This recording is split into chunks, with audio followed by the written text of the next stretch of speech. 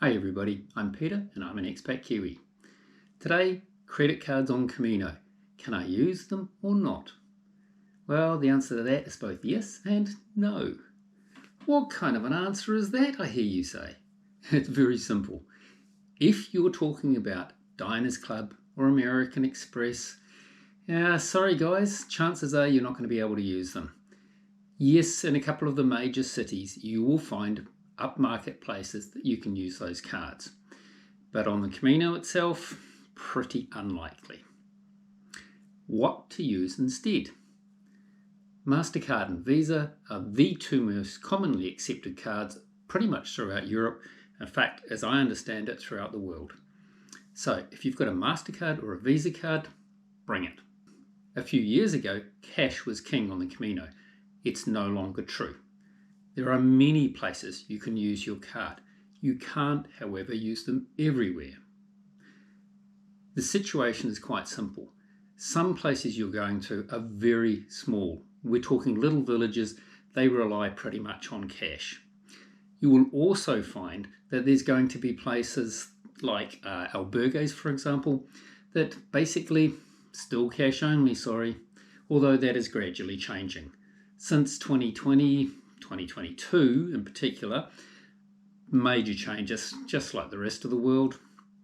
Another thing for you to consider is minimum purchases. A lot of places have a minimum purchase level. It may be as low as 10 euros, it could be as high as 30. Where that is important, or why that is important, is because a lot of the stuff you're buying, you're not even going to hit 10 euros. Unless you're paying for you as a couple or maybe even a small, a family group, something like that. So you very likely not to even hit that minimum. A coffee, for example, I think I was paying between 130 and 170 last year. You get the idea. If you're coming from the States, there's another important factor to consider.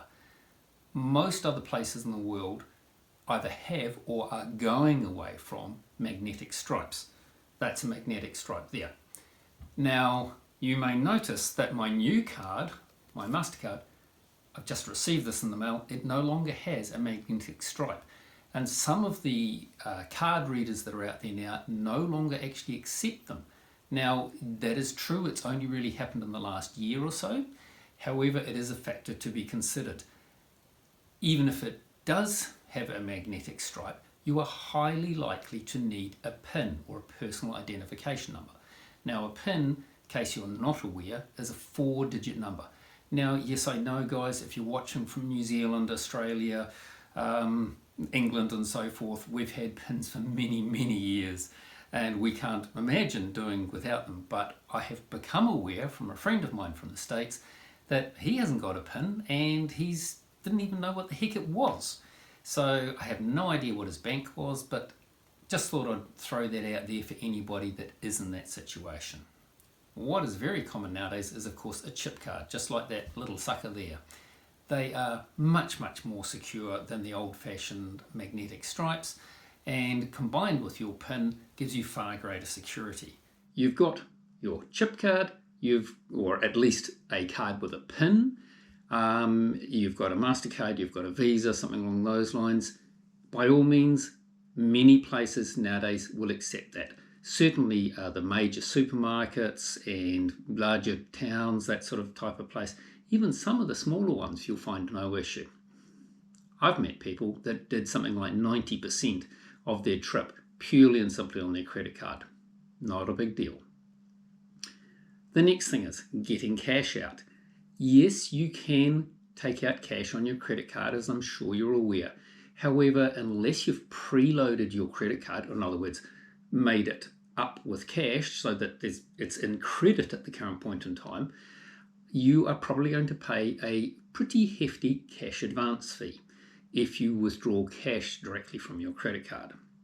Not optimal. So the alternative, of course, is therefore to carry a debit card. Now, if you're carrying a debit card and it's connected to your normal bank or to your normal account, you run the risk of fraud should your card be stolen. There are, of course, laws protecting you in this regard. However, under the law, you as an individual have liability for at least part of the debt on the debit card side of things, with a few minor exceptions. I will include a link to the relevant law below if you're interested. But it does leave you open, and at the end of the day, worst case is that somebody gets access to your accounts and they make a hell of a mess, and it takes you a significant time to sort out. You don't want that going on while you're on Camino. Other options. The best option overall, and the one that I personally use, is a multiple currency travel debit card. A multiple currency travel debit card is not as complicated as it sounds. Your bank may have an option for you. Check it out before you go elsewhere.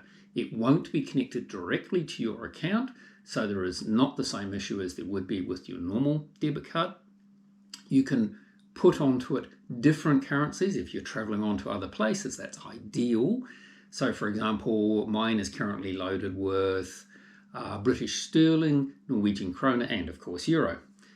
Absolutely ideal should you be making further stops. Another factor to consider is that every time you use your credit card, you're subject to the exchange rate at the time of the transaction. And banks kind of like to hide fees on occasion. I'm not saying yours does. Check your bank, okay? But you may find that they're not being as open as they could be with you. And what that means is that as opposed to using the best available exchange rate on the day or at the time of the transaction, they choose a range and then they add a couple of percentage points to that range for the day, and you get charged accordingly. Basically, they're charging you additional money to use your funds. Well, it seems a bit rough to me. The advantage with these travel debit cards is that you preload that card with a small amount of money. Personally, I never go over 500 euros. And then you only have that one-time transaction each time you preload the card. And if you're using the likes of the card that I use, they're actually using the best appropriate rate at the time of the transaction, not one that's preloaded, shall we say, or has additional fees. I personally use the Wise card. I found it to be the best for me personally. There is also another one out there called the Revolut card. I've heard and read extremely good reviews for both. Some of the reviews from 3-4 years ago, people had issues, but in recent times, they seem to be pretty good. And look, let's face it, when we're talking banking, when aren't you going to find negative reviews on something? Another thing for you to consider, if you're coming from the USA, it doesn't apply as much to other countries anymore. Advise your bank that you're going and roughly when. The reason that's important is if your bank sees a transaction in Spain when you're normally in the States, they might have a little heart attack and automatically freeze your card. Until you get in touch with them, you can't get that freeze lifted. So if you're trying to get cash out on a Sunday evening and you can't talk to your bank until Monday or even Tuesday, you've got a problem. So I mentioned the Wise card. The Wise card comes with an app.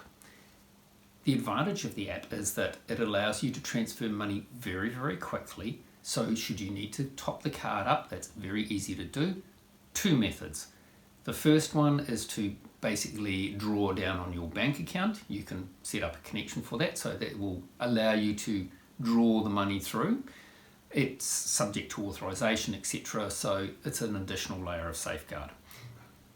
Now, a point to consider with that is that it takes time, and by time I mean days, maybe even a week for those funds to come through. And from the time that you request it to the time it arrives, those funds are in limbo. So you're not getting anything. I don't know why in this electronic age it is that way, but it is. The easiest way is to use your credit card and to draw on the credit card. You can load the details onto your account. You still have to give your CVC number each and every time that you use it.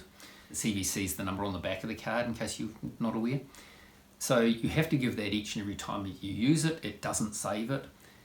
And In my case, my bank sends me an authorization request for the card and I go, yes please, I want that authorized.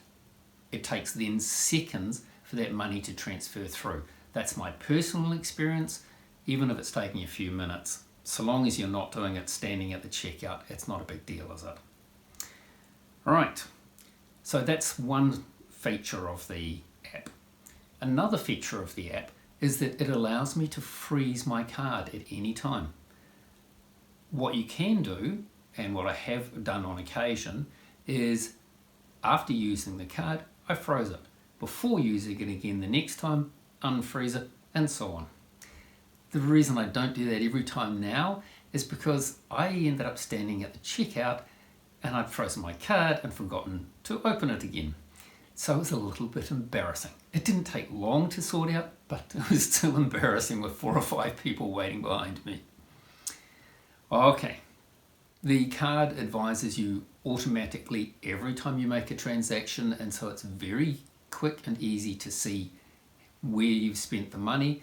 And if you're sitting in the hostel and your card suddenly pings that you've actually spent some money, you've made a serious error. A, you haven't got your card anymore, and B, clearly you've let somebody see your PIN. Incidentally, that's another point. The Wise card at least lets you choose your own PIN number. It's a 4-digit number, as I've said before. It does make it easier if you happen to actually choose it yourself, because it's easier to remember. Now, when I'm talking carrying this card, I always have a backup card. So this card goes in my little change purse along with my what I think I'm going to need for the day, 20, 30 euros in cash, nothing more. And this goes in, well, this I've secured elsewhere, shall we say. I've made another video on safety and security. If you're interested, more than welcome to look at that. But you do not keep your 2 cards together. It's just common sense really, isn't it? A backup to me is so important. You just don't know what's going to happen. A money machine eats your card. It's declined for some obscure electronic reason. Having an additional card with you is just invaluable. And as I said, in my case, I use my credit card to load additional funds onto my debit card, my travel debit card, whenever I need it. Another feature with these cards is that they use the chip technology. It's RFID. Now, RFID is basically radio frequency identification and effectively means that it's a contactless payment. Now, what that means is you literally touch it to the device and it goes, oh, okay, transfers your data across. You're then asked for your PIN. Not always. It depends. If it's a small transaction, it's just boom, job's done, and you're out of there. The shopkeeper says, yep, that's approved, here's your receipt. Apple Pay and Google Pay are also, of course, really good options for you. And as I understand it, you can load these cards also onto that. So that's providing yet another layer of security if you choose to go that way. Just something for you to consider. So I mentioned RFID, and as I said, it's radio frequency identification. Now there is one very small drawback with that if you're using the contactless method at one of the money machines as opposed to physically putting your card into the machine. Whilst that may be advantageous in that the machine can't swallow your card, which is a really good reason to use it, the minor disadvantage is that if you think you've finished and you walk away before the machine's finished shutting down, then you're leaving that open and somebody standing behind you may be in a position to actually come in and actually go further transaction and withdraw additional cash. Not optimal. It is a scam that is being used over here in Europe at the current point.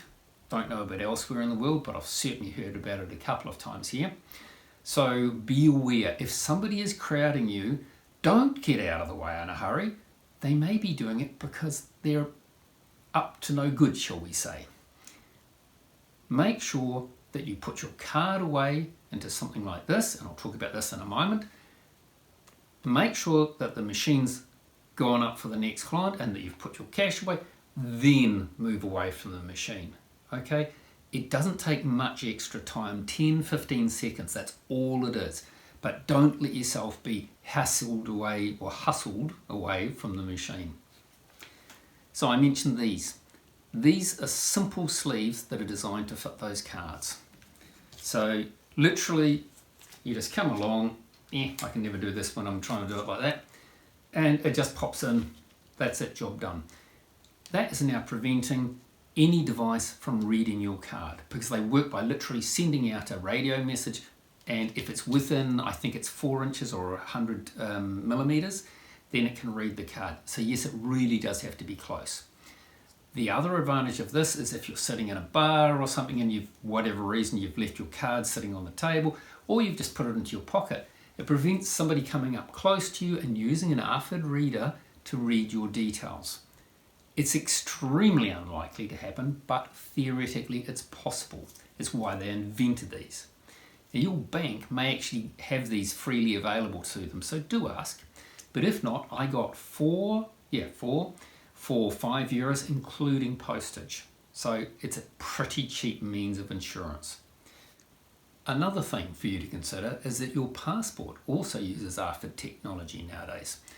Now, what that means is, of course, your passport basically has a chip embedded in it, and if you're just using your good old-fashioned leather passport holder like this beloved beast of mine, it's not optimal. You can get one of these envelopes for your passport as well, just a giant size version of the same thing. Sorry, haven't done it, so I don't know the cost. Personally, partly because this is so heavy, I chose to go for something like this. It cost me $20 online, I think it was Amazon, doesn't really matter, €20, sorry. And inside, it's basically got provision for additional cards, place for my passport. It's got a nice little elastic thing that keeps it all together. It's moderately light, and yes, it's ARFID protected. So yeah. Alright guys, I think I've covered everything, so I guess that's a wrap. Thanks for tuning in, really appreciate it. Have fun out there, and buen camino.